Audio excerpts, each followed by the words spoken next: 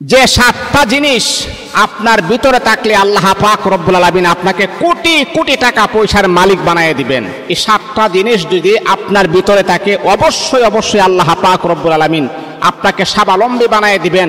এমন ধন সম্পদ আল্লাহ আপনাকে দিবেন, আপনি রাখার মতো জায়গাও আপনি পাবেন না। এই 7টা জিনিস যদি আপনার ভিতরে থাকে, মনে রাখতে হবে আল্লাহ পাক রব্বুল আলামিন কিভাবে বান্দাকে রিজিক দেয়, এই সিস্টেম, এই নিজাম আল্লাহ পাক রব্বুল আলামিন তিনি আমাদেরকে জানিয়ে দিয়েছেন। হে বান্দা, তুমি এই কাজগুলা করো, দেখবা আমি আল্লাহ পাক রব্বুল আলামিন তোমাকে তোমার জন্য রিজিকের ব্যবস্থা আমি আল্লাহ ওপেন করে দিব।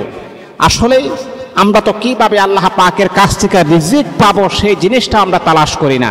মুহতারাম হাজিরিন, এই 7টা সিমটম, 7টা আলামত যদি আমার আপনার ভিতরে থাকে, অবশ্যই অবশ্যই আল্লাহ পাক রব্বুল আলামিন আমাকে আপনাকে টাকা পয়সার মালিক বানায় দিবেন, আমাকে আপনাকে অগাধ সম্পদের মালিক বানাবেন ইনশাআল্লাহ। এর মাঝে 1 নাম্বার হচ্ছে আপনার ভিতরে প্রতিনিয়ত কোরআন তেলাওয়াতের অভ্যাস থাকতে হবে। প্রতিনিয়ত আল্লাহ পাকের কোরআনের সাথে আপনার সম্পর্ক থাকতে হবে। আজকে দেখেন সকাল হয়ে যাচ্ছে, ফজরের নামাজের পরে আমাদের কোরআন তেলাওয়াতের কোনো অভ্যাস নাই, মাগরিবের নামাজের পরে কোরআন তেলাওয়াতের কোনো অভ্যাস নাই, এশারের নামাজের পরে কোরআন তেলাওয়াতের কোনো অভ্যাস নাই। এমনকি প্রতিদিন চলে যাচ্ছে, মাসের পর মাস চলে যাচ্ছে, বছরের পর বছর চলে যাচ্ছে, একবারও কোরআনের সাথে আমাদের কোনো সম্পর্ক নাই। কিন্তু মুসলমান বলল, যেই ব্যক্তি আল্লাহ পাক রব্বুল আলামিনের কোরআন তেলাওয়াত করবে, সেই জন্য আমার মালিকের সাথে সেই জন্য কথা বলতে আছেন। আমার আপনার নবী বলেন, যদি আপনি টাকা পয়সার মালিক হতে চান তাহলে আপনি বেশি বেশি করে কোরআন তেলাওয়াত করবেন।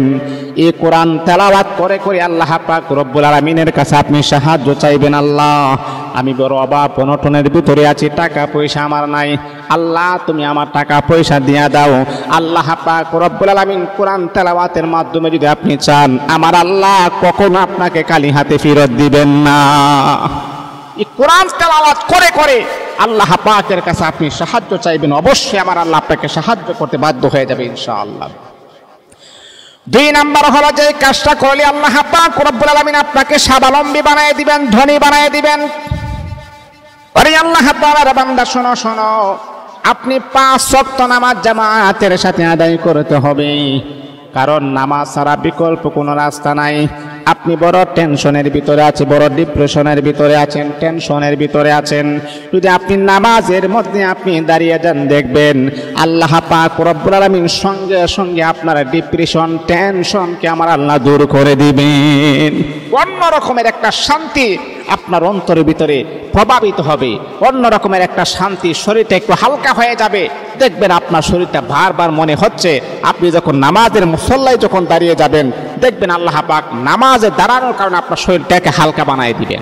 এই জন্য নামাজ পড়বেন, নামাজের মাধ্যমে আল্লাহ পাক বান্দার রিজকে হাসানার দরওয়াজা আমার আল্লাহ ওপেন করে দেন।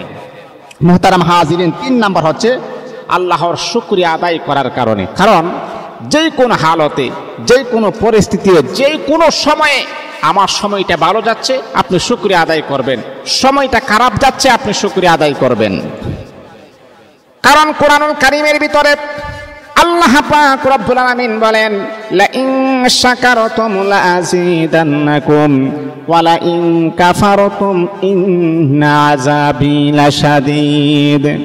ও বান্দা, তুমি যদি আমি আল্লাহ পাক রব্বুল আলামিনের শুকরিয়া আদায় করো, আমি আল্লাহ কিন্তু নিয়ামত বাড়ায় দিব। ওয়ালা ইন কাফারতুম, আর যদি তুমি অস্বীকার করো, বান্দা শোনো শোনো, ইন্না আযাবি লাশাদীদ, তোমার জন্য লাঞ্ছনাদায়ক কঠিন আযাবের ব্যবস্থা আমি আল্লাহ রেখে দিয়েছি। ওই আল্লাহ তাআলার বান্দা বড় মুসিবতের ভিতরে আছেন, তারপর কিন্তু মালিকের কাছে আপনি শুকরিয়া আদায় করবেন। আপনি অনেক সুখের ভিতরে আছেন, তারপর আপনি শুকরিয়া আদায় করবেন, নামাজ পড়বেন, সেজদায় লুটিয়ে পড়বেন, আর বলবেন, মালিক আপনি আমাকে হাজার হাজার নিয়ামত আপনি আমাকে দান করেছেন, এই জন্য শুকরিয়া তান আল্লাহ পাককে বেশি বেশি করে সেজদায় লুটিয়ে পড়বেন, শুকরিয়া আদায় করবেন। আল্লাহ পাক ধন ভান্ডারের মালিক আপনাকে বানাই দিবেন, টাকা পয়সার মালিক আপনাকে বানাই দিবেন। যেই কোনো হালতে, যেই কোনো পরিস্থিতি, যেই কোনো সময়ে আপনি মালিকের শুকরিয়া আদায় করতে হবে ইনশাআল্লাহ। 4 নাম্বার হচ্ছে দরিদ্র ও অক্ষম ব্যক্তিদেরকে আপনি সাহায্য করবেন, অসহায় গরিবদেরকে আপনি সাহায্য করবেন, গরিব মিসকিনদের পাশে আপনি দাঁড়িয়ে যাবেন। অনেক ছেলেরা আছে মাদ্রাসায় লেখাপড়া করে, ইয়াতিম অসহায়, মাও নাই বাবাও নাই, মাসের পর মাস যায়, তারা গরুর গোশত খাওয়ার মতো তৌফিক তাদের নাই, ভালো মন্দ খাওয়ার মতো তৌফিক তাদের নাই। ওই সমস্ত মাদ্রাসা ইয়েতিম ছেলেদের পাশে আপনি দাঁড়িয়ে যাবেন, দেখবেন আল্লাহ পাক রব্বুল আলামিন দুনিয়াতে আপনাকে আরো টাকা পয়সার মালিক বানায় দিবেন। আপনি দেখতেছেন দান করতেছেন, আরে আমি এত টাকা দান করলে মনে হয় আমার টাকা পয়সা মনে হয় কমে যাবে। এটা আপনার ভুল ধারণা। আপনি দান করেন, দানে কখনো ধন কমে না, আল্লাহ পাক দানে ধন আমার আল্লাহ বাড়ায় দেন। এই জন্যে অসহায় গরিব তাদের পাশে আপনি দাঁড়িয়ে যাবেন। অসহায় গরিবের পাশে দাঁড়ালে আল্লাহ পাক আপনার ধন সম্পদ আরো বাড়ায় দিবেন। মুহতারাম হাজিরিন, আর 4 নাম্বার 5 নাম্বার হচ্ছে গুনাহ করার পরে আপনি আল্লাহ পাকের কাছে তওবা করে নেবেন। কারণ গুনাহ করলে মানুষের রিজিক নষ্ট হয়ে যায়, মানুষের রিজিক সংকীর্ণ হয়ে যায়।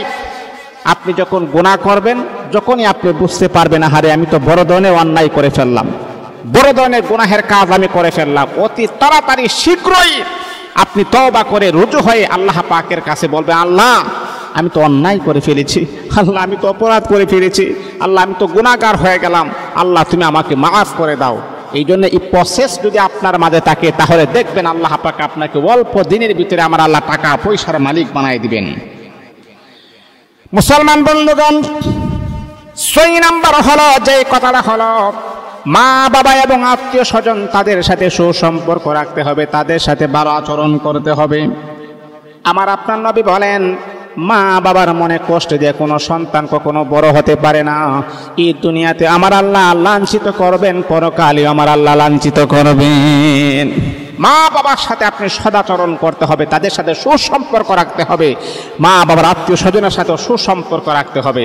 আপনি অগাধ টাকা পয়সার মালিক, ধন সম্পদের মালিক, কিন্তু মার সাথে আপনার সম্পর্ক ভালো না, বাবার সাথে আপনার সম্পর্ক ভালো না, চাচার সাথে আপনার সম্পর্ক ভালো না, ফুফুর সাথে আপনার সম্পর্ক ভালো না। মনে রাখতে হবে, এই ধন সম্পদ দুনিয়ার লাইনে আপনি বড় লোক হতে পারেন, কিন্তু পরকালে আপনি সবচাইতে বড় অসহায় হয়ে যাবেন। কারণ তাদের হক আপনি আদায় করেন নাই। আপনি টাকা পয়সার মালিক হয়েছেন কেন?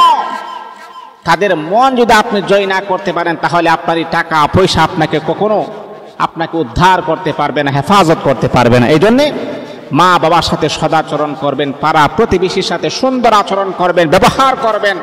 মানুষ যেন আপনার জন্য দোয়া করতে বাধ্য হয়ে যায়, এমন কিছু সিমটম আলামত আপনি তাদের সামনে উপস্থাপন করবেন, তারা যেন আপনার জন্য দোয়া করতে বাধ্য হয়ে যায়। এরে আল্লাহ তাআলার বান্দা, তারপর 8 নম্বরে যে আমলটা করবেন, 7 নাম্বার হলো সকালবেলা আপনি সূরা ইয়াসিনের আমল করবেন, সূরা ইয়াসিন আপনি তেলাওয়াত করবেন। আল্লাহর নবী বিশ্বনবী বলেন, আল্লাহ তাআলার কোন মুমিন বান্দা বান্দী যখন সকালবেলা সূরা ইয়াসিন পড়বে আর মাগরিবের নামাজের পরে সূরা ওয়াকিয়া পড়বে, আল্লাহ পাক রব্বুল আলামিন এই ঘরের ভিতরে কখনো আমার আল্লাহ অভাব অনটন দিবেন না।